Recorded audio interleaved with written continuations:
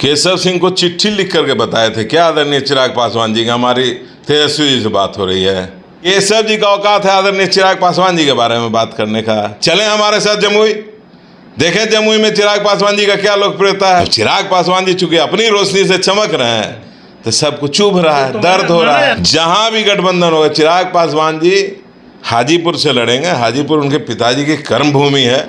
आप हाजीपुर चले जाइए, 100 में से यदि 99 लोगों ने चिराग पासवान जी की मांग नहीं की तो मैं राजनीति छोड़ दूंगा। ये जो आप टुटपुंजिये लोगों का नाम लिया आपने, इसी बात से जल रहे हैं चिराग पासवान जी की लोकप्रियता अचानक इतनी कैसे बढ़ गई। बिहार के किसी भी सीट पे यदि चिराग पासवान जी 40 में से किसी भी सीट पे स्वयं चुनाव लड़ेंगे तो 100% चुनाव की जीत उनकी सुनिश्चित है।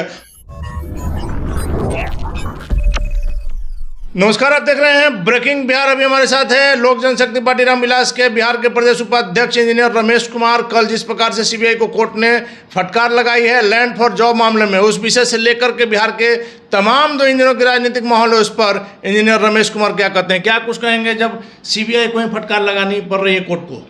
देखिए, जांच प्रक्रिया में है जी।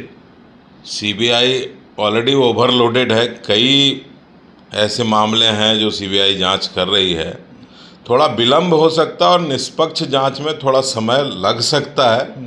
ये कोई बड़ी बात नहीं है। अभी और कई केसों में सुनवाई हो रही है। कई केसों में सुनवाई हो रही है। सीबीआई ऑलरेडी ओवरलोडेड भी है जी, तो थोड़ा समय लग सकता है, लेकिन सीबीआई से निष्पक्ष जांच की उम्मीद की जाती है। तो जब परिणाम आएगा जांच का तो निश्चित रूप से निष्पक्ष है। मोहनिया के एसडीएम के पास अकूत संपत्ति पता चली है। 10 वर्षों के अपने सेवा काल में 150% ज़्यादा संपत्ति बनाया उन्होंने। भैया, मुख्यमंत्री जी का जीरो टॉलरेंस जी। हर जगह मुख्यमंत्री जी बोलते हैं कि हमारे बिहार में जीरो टॉलरेंस है, भ्रष्टाचार है ही नहीं। तो यदि भ्रष्टाचार नहीं है तो ये कहाँ से आ गए अधिकारी के पास इतने पैसे? ये नीतीश सरकार जी, नीतीश जी के सरकार में सिर्फ और सिर्फ भ्रष्टाचारियों का ही बोलबाला। यदि एक पकड़े गए हैं, यदि इस तरह से जांच की जाए तो निश्चित रूप से हजारों की संख्या में अधिकारियों के पास इसी तरह की संपत्ति लेकिन रमेश जी, अगर भ्रष्टाचार है तो इसको पकड़ा भी है नीतीश की ही सरकार ने। भैया, एक को पकड़ के आप क्या करें? जहां 100 में 99 भ्रष्टाचारी हैं, एक को पकड़ के आप क्या दिखाना चाहते हैं कि हमने भ्रष्टाचारी को पकड़ा है? लेकिन विजिलेंस, स्पेशल विजिलेंस लगातार भ्रष्टाचारियों को गिरफ्तार कर रही है। नहीं, कितना गिरफ्तारी हो रही है? जब शिकायत जाती है तो जांच होता है। तो भैया, शिकायत तो आप चले जाइए ना, हर स्तर पे, ब्लॉक से लेकर के जिला स्तर से लेकर के स्टेट स्तर, कोई भी कार्यालय ऐसा है जहाँ बिना पैसा कोई काम होता है? जाति प्रमाण पत्र बनाने के लिए पैसा देना पड़ता है। तो हर चीज के लिए पैसा देना पड़ता है। तो बताइए, जब हर चीज के लिए पैसा देना पड़ता है तो क्या सरकार को ये मालूम नहीं है? आम जनता को सब पता है, तो उन सरकार को मालूम नहीं है कि सरकारी अधिकारी किस तरह से व्यवहार करते हैं आम जनता के साथ। एकदम जेन्युइन काम के लिए, सही को सही कहने का बिना पैसा लिए कोई अधिकारी सही को सही कहने के लिए तैयार नहीं है बिहार में। मणिपुर में जो हिंसा है वो थमने का नाम नहीं ले रही है। गृह मंत्री अमित शाह को सामने आना पड़ा है। घर घर सर्च होगा, हथियार जमा करने की, लाइसेंसी हथियार शो करने की समय सीमा भी जो है वो खत्म हो गई है। देखिए, प्रयास वहाँ जारी है हिंसा खत्म करने के लिए, और हमारे आदरणीय गृह मंत्री जी ने स्वयं इसका संज्ञान लिया है। तो निश्चित रूप से वहाँ बहुत जल्द। आपको नहीं लगता है थोड़ा सरकार देर से जगी है? मणिपुर हिंसा की आग में जलते रहा, बीजेपी कर्नाटक चुनाव में व्यस्त रही। नहीं, देखिए, व्यस्तता मणिपुर और कर्नाटक में दोनों अलग अलग धारा है। कर्नाटक में चुनाव हो रहा था, मणिपुर में पहले स्टेट गवर्नमेंट से उम्मीद लगा रही थी कि स्टेट गवर्नमेंट कंट्रोल कर लेगी। जब स्टेट गवर्नमेंट से कंट्रोल नहीं हुआ तो फिर माननीय गृह मंत्री जी को इंटरवीन करना पड़ा, और अब मुझे लगता है बहुत जल्द वहाँ स्थिति नियंत्रण में आ जाएगी। रमेश जी, एक चीज़ आप मानेंगे, जब कोई आदमी रोड पर जा रहा है, शरीफ आदमी है, यूपीएससी का एग्जाम देने के लिए जा रहा है, और उसे राजेंद्र नगर टर्मिनल से उतरकर अपने संबंधी के घर जा रहा है, रात का समय है, और उसे गोली मार दी जाती है। हालांकि अपराधी की गिरफ्तारी हो गई है, लेकिन उस व्यक्ति का क्या होगा? उसका जो परिवार जो है, आप समझ सकते हैं कि 6 लाख रुपए ज़्यादा उसका खर्च हो गया उसके परिवार का, साधारण किसान आदमी, और अपराधी तो गिरफ्तार हो गया। देखिए, मैंने पहले भी कई बार कहा है कि बिहार में अपराधियों का बोलबाला है। जी। जब से महागठबंधन सरकार बिहार में बनी है, अपराधियों का बोलबाला बिल्कुल, अपराध एकदम चरम सीमा पर है। और ये कहीं ना कहीं शराबबंदी कानून का भी साइड इफेक्ट नज़र आता है मुझे, जो माना जा रहा है कि शराबबंदी कानून के बाद जी स्मैकियर, चरसी, ये सब इतनी संख्या में बढ़ गए हैं। और चरस लेने के बाद, अफीम लेने के बाद मानसिक स्थिति उसका संतुलन में रहता नहीं है, सोचने की क्षमता खत्म हो जाती है। दिमाग और शरीर में बिल्कुल कोई तारतम्यता नहीं रहता है, तालमेल नहीं रहता है। इस वजह से ये अपराध की घटना लेकिन रमेश जी, होते रहती है। एक चीज तो मानना होगा, आप लोग भी राजनीतिज्ञ हैं, कि जब इस तरह के व्यक्ति की अगर गोली लगती है, किसी कारण से दुर्घटना होती है, तो सरकार को उसका इलाज कराना चाहिए बेहतर से बेहतर। इसमें उस व्यक्ति की गलती नहीं, सरकार के फेल्योर के कारण ये घटना घटी। निश्चित रूप से इलाज का सारा खर्चा सरकार को वहन करना चाहिए। और इसमें तो कहीं कोई मतलब इफ बट का प्रश्न ही नहीं उठता है। भैया, एक आम आदमी को आपके सरकार में लॉ एंड ऑर्डर की कमी के कारण किसी को गोली मार दी जाए, वो गरीब आदमी कहाँ से 6 लाख रुपया लाएगा भाई? खेत बेच के इलाज कराया है। कहाँ से खेत रातों रात बेच दे? गोली मान लीजिए अभी लग गई, क्या अभी खेत बेचने के लिए जाएगा तब इलाज होगा? नहीं, वो किसी को करके, किसी से उधारी लेकर के, तो लास्ट बिल्कुल इस तरह की घटनाओं में जो भी खर्चा आता है वो निश्चित और रूप से सरकार को ही उठाना चाहिए। चलिए रमेश जी, 12 जून को विपक्षी एकता की बड़ी बैठक है पटना में, मुख्यमंत्री नीतीश कुमार की अगुवाई में। आप मुस्कुरा रहे हैं, आप लोग को विपक्षी एकता से कोई टेंशन नहीं है? भैया, मैंने पहले भी बताया, विपक्षी एकता एक मात्र भ्रम है।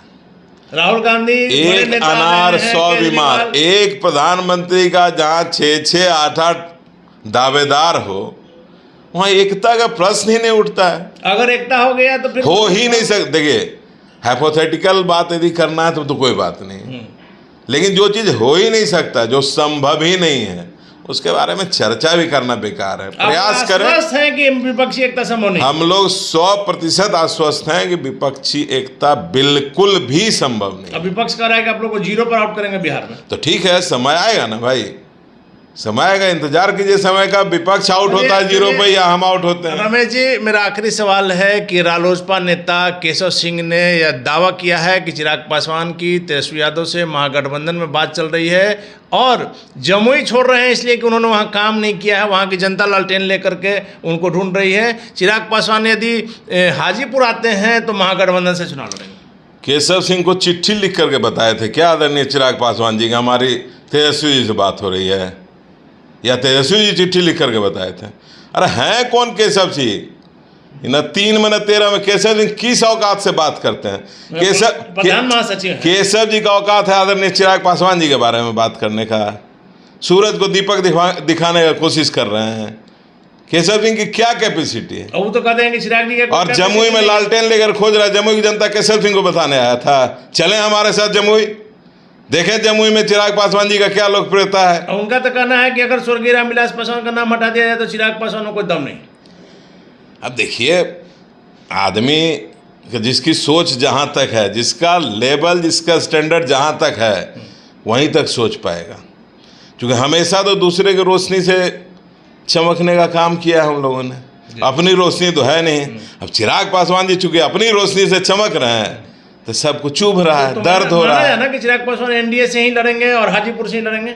निश्चित रूप से हाजीपुर से लड़ेंगे भाई। पिताजी की विरासत है, पिताजी की विरासत से को संभालेंगे और निश्चित रूप से हाजीपुर से लड़ना चाहिए। क्यों नहीं लड़ेंगे?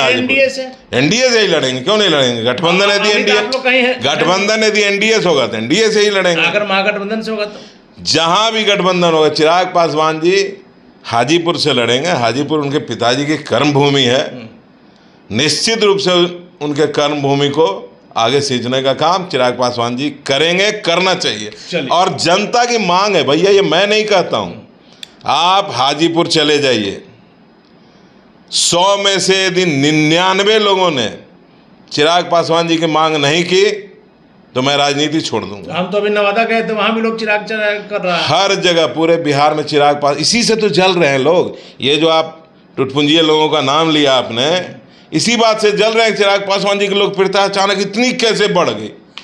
अरे भैया, चिराग पासवान जी में क्षमता है, तो क्षमता की बात क्षमता पैदा करो, फिर लोकप्रियता बढ़ेगी। करेंगे रमेश जी, तो नवादा में भी चिराग पासवान को जाना चाहिए। नवादा के, बिहार के किसी भी सीट पे यदि चिराग पासवान जी 40 में से किसी भी सीट पे स्वयं चुनाव लड़ेंगे तो 100% चुनाव की जीत उनकी सुनिश्चित है। और भारी मतों से, ऐसा नहीं कि 50,000 लाख वोटों से जीतेंगे, जहाँ भी लड़ेंगे चिराग पासवान जी कम से कम 2 लाख 3 लाख वोट से जीतने का काम करेंगे। और यदि हाजीपुर से लड़ेंगे तो ये कोई बड़ी बात नहीं है कि हमारे आदर्श, हमारे गार्जियन आदरणीय रामविलास पासवान जी का Guinness book of world record तोड़ करके और चिराग पासवान जी के नाम ये हो जाए। चलिए, धन्यवाद आपका। थे हमारे साथ लोक जनशक्ति पार्टी रामविलास के बिहार के प्रदेश उपाध्यक्ष इंजीनियर रमेश कुमार, जिनका साफ तौर पर कहना है कि बिहार में जो लॉ एंड ऑर्डर की स्थिति है, मुख्यमंत्री नीतीश कुमार को निश्चित तौर पर ध्यान देना चाहिए। लगातार लोक जनशक्ति पार्टी इसको लेकर के आवाज उठाती रही है। और जो व्यक्ति बक्सर का घायल हुआ था, जिसकी मौत हो गई, उसके इलाज का पूरा खर्च राज्य सरकार को देना चाहिए। और साथ ही साथ सबसे बड़ी बात है कि चिराग पासवान बिहार की 40 सीट पर कहीं से भी लड़ेंगे, इनकी जीत तय है। चिराग पासवान की जिस प्रकार से बिहार में लोकप्रियता बढ़ रही है, और हाजीपुर में इनका दावा है कि जिससे भी गठबंधन होगा, चिराग पासवान इस बार हाजीपुर से चुनाव लड़ेंगे। और अपने पिता का जो पुराना जो उनका रिकॉर्ड है गिनीज बुक में, जिसके लिए उनका नाम दर्ज है, उस नाम को भी आगे करेंगे चिराग पासवान। रमेश सिंह के दावों में क्या सच्चाई है तो वक्त बताएगा। फिलहाल आप बने रहे ब्रेकिंग बिहार के साथ।